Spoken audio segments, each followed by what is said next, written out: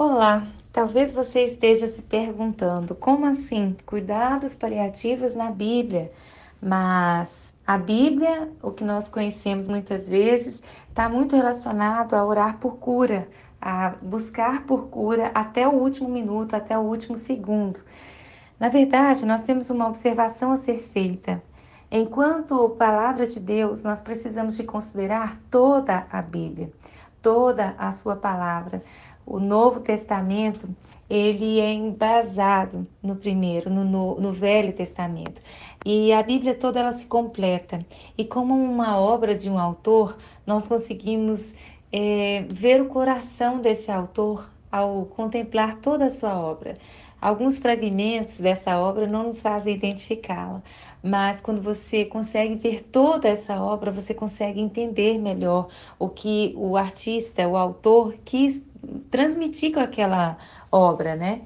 Então, nós temos aqui uma palavra, no caso a Bíblia, o livro completo, com tudo, explicando a respeito de tudo. Nós vamos ter o livro de Gênesis, uma citação, né, uma narração ali de Moisés explicando para o povo de Israel que já tinha perdido as memórias, as orientações, os costumes egípcios, né, já tinha dificultado essa questão de passar de geração em geração o que era de fato a realidade, como foi que o mundo foi feito, qual é a verdade a respeito da nossa existência.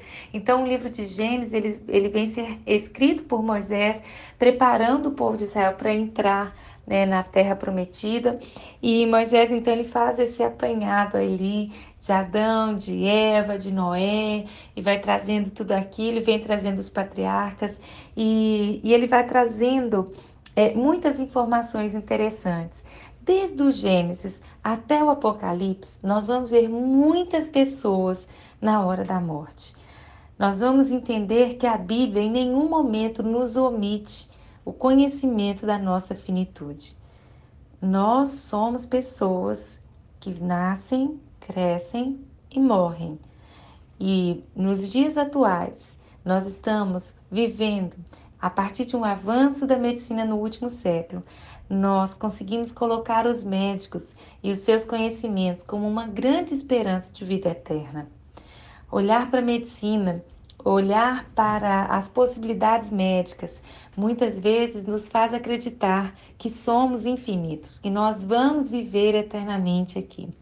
Então, se isso se associa com os cuidados com a beleza e a forma de a minha pele não enrugar e do meu cabelo não embranquecer, eu vou me associar com todas as forças, eu vou trabalhar para que eu não viva o final. Quando na verdade Deus em todo o tempo traz essa explicação, traz o seu amor e a sua graça, a sua bondade, e portanto nós entendemos quando o Senhor fecha o jardim, nós entendemos que para nós seria terrível viver infinitamente, né? Vivendo, se comêssemos da árvore da vida, viveríamos eternamente, mas de uma forma corrompida. Deus então tem um plano perfeito e Ele nos leva a viver uma vida plena, sim, e uma vida abundante, mas por um período limitado, para que então, a partir de escolhas, nós venhamos vivenciar uma eternidade ou como uma morte eterna, ou como uma vida eterna. Mas o tempo de vida aqui, agora, é finito. Nós somos finitos. E é muito importante que eu e você tenhamos essa consciência. E quando nós observamos a forma como Deus, ele trabalha a questão da nossa finitude e ele vai expressar muitos e muitos dos nossos irmãos, né? O Senhor vai estar ali trabalhando, mostrando até o final dos dias deles. Você vai encontrar muitas expressões falando sobre se a pessoa tinha problema nas vistas, se enxergava bem ou se não enxergava mais, se ela caducava ou não, né? O que ela falou no final, né, as últimas palavras da pessoa. Quando isso vai se repetindo ao longo de muitas histórias, é para se perceber que isso para Deus é importante. E se é importante para Deus, deve ser importante para nós. E isso de fato é importante para nós. As últimas palavras, né, o ambiente, o cuidado ali, até que nós venhamos de fato descansar o nosso corpo dessa terra, essas palavras elas são importantes. Por isso, muitas vezes elas são descritas. Muitas vezes. Nós vamos ver a descrição da morte de Davi e seus últimos dias, com as palavras dele, o que ele disse a Salomão. Nós vamos ver Jacó dizendo aos seus filhos. Jacó faz algo extraordinário, né, ali na morte, algo surpreendente de quem vinha de um coração amargurado, angustiado e depressivo. E depois você vê ali aquele momento, né, a morte de Jacó. Ele tem mudanças muito radicais nesses 17 anos que ele teve de vida depois que foi morar no Egito. E nós vamos ver tantos outros exemplos de pessoas nos seus últimos dias. E esses cuidados para que a pessoa tenha uma morte com autonomias, com capacidade de ser ouvido, isso é muito importante.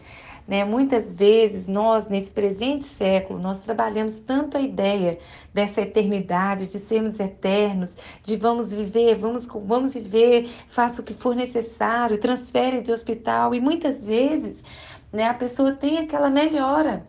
Ela tem aquela melhora e fica muito bem, e aí na hora que a pessoa dá aquele surto de melhora, é, é a hora da família reunir e conversar.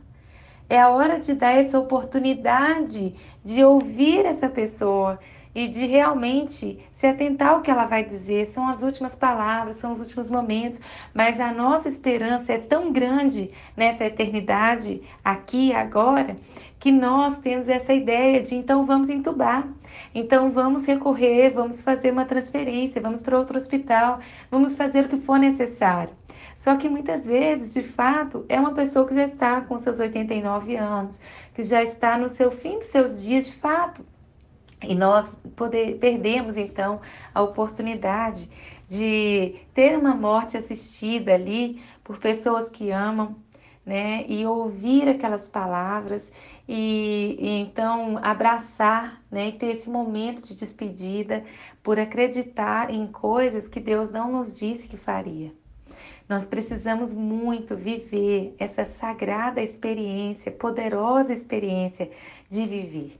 Então, esse momento de luto que a Terra está vivendo, né, nós vemos que, de fato, o mundo agora se pergunta sobre a nossa real finitude e faz os seus conceitos e seus momentos de arrependimento. Nós estamos então verificando que estamos tendo a oportunidade de fazer dos nossos dias melhores.